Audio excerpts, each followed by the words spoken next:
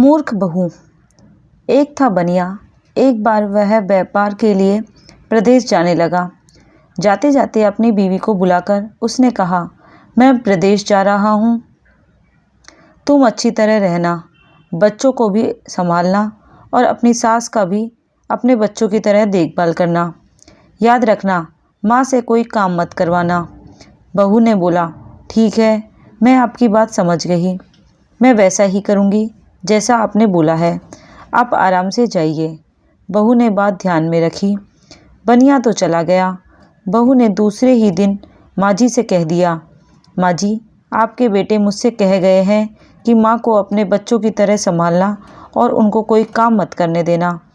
अब आप घर का कोई काम मत कीजिए, आप तो इन बच्चों के साथ खेलिए, खाइए और मौज करिए। माँ जी गहरी सोच में पड़ गई। फिर बोली, बहू ठीक है, अब मैं ऐसा ही करूँगी।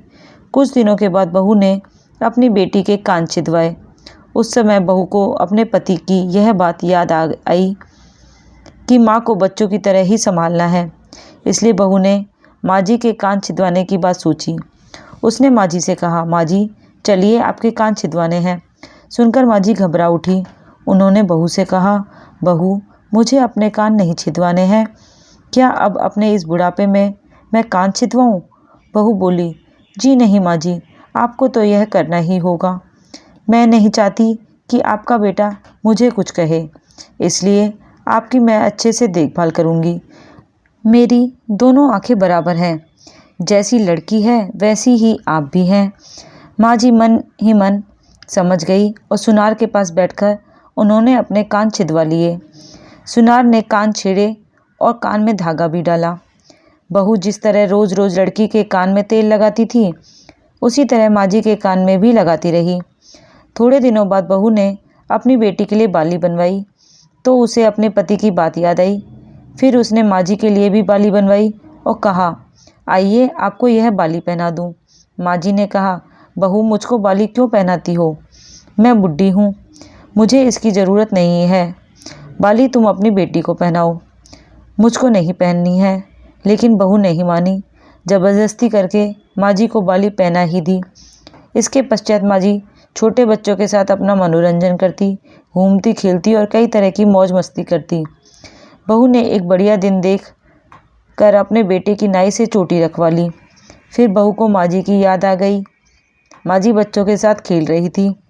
उन्हें वहाँ से बुलवा लिया और कहा, माँ जी आइए, नाई के सामने बैठिए, अपने लड़के की तरह मुझे आपके सिर पर भी चोटी रखवानी है। जब गोविंद की चोटी रखवाई है तो आपके क्यों न रखवाऊँ, इसलिए आप जल्दी आइए। माँ जी ने बहू को बहुत समझाया, पर बहू टस से मस ना हुई। आखिर माँ जी नाई के सामने बैठी और उन्होंने अपने सिर पर चोटी रखवाई। बहू ने गोविंद को और माँ जी को जो बोला वही किया। बाद में बहू रोज़ माँ जी की चोटी में तेल डालती, चोटी गूंथती और सिर पर ओढ़नी डालकर माँ जी को बच्चों के साथ खेलने के लिए भेजती। जब खाने का समय होता तो बहू उनको आवाज़ देकर बुलाती है। ऐसे ही रोज़ का हाल था। जब बेटा घर वापस आया तो सबसे पहले उसने बहू से माँ के बारे में पूछा कि माँ कैसी है और कहाँ है, मुझे उनसे आशीर्वाद लेना है। बहू ने बताया, माँ जी तो बच्चों के साथ खेल रही है, यहीं कहीं होंगी, आ जाएंगी। बेटे ने कहा, क्या कहती हो, माँ गली में खेलने गई है? गली में तो बच्चे खेलते हैं, क्या बुढ़ी माँ कहीं खेलने जाती है? बहू ने कहा, मैं तो माँ को खेलने भेजती हूँ, आपने कहा नहीं था कि माँ को बच्चों की तरह रखना?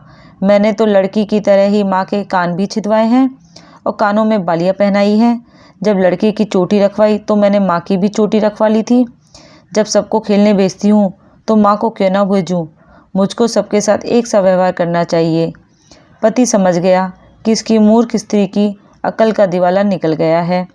बाद में पति के कहने पर बहू ने माँ को पुकारा। माँ जी गली में से खेलती खेलती आई और अपने बेटे को देखकर उनकी आंखों में आंसू छलछला आए। माँ की हालत देखकर बेटा भी दुखी हो उठा। बहू की मूर्खता के लिए बेटे ने माँ से माफ़ी मांगी और बहू को बड़ी उल्टी सीधी सुनाई। धन्यवाद दोस्तों। अगर आपको मेरी ये कहानी पसंद आती है तो लाइक शेयर ज़रूर कीजिएगा और चैनल को भी सब्सक्राइब कर लीजिएगा। मैं मिलती हूँ अपनी अगली वीडियो में, तब तक के लिए टेक केयर, बाय बाय।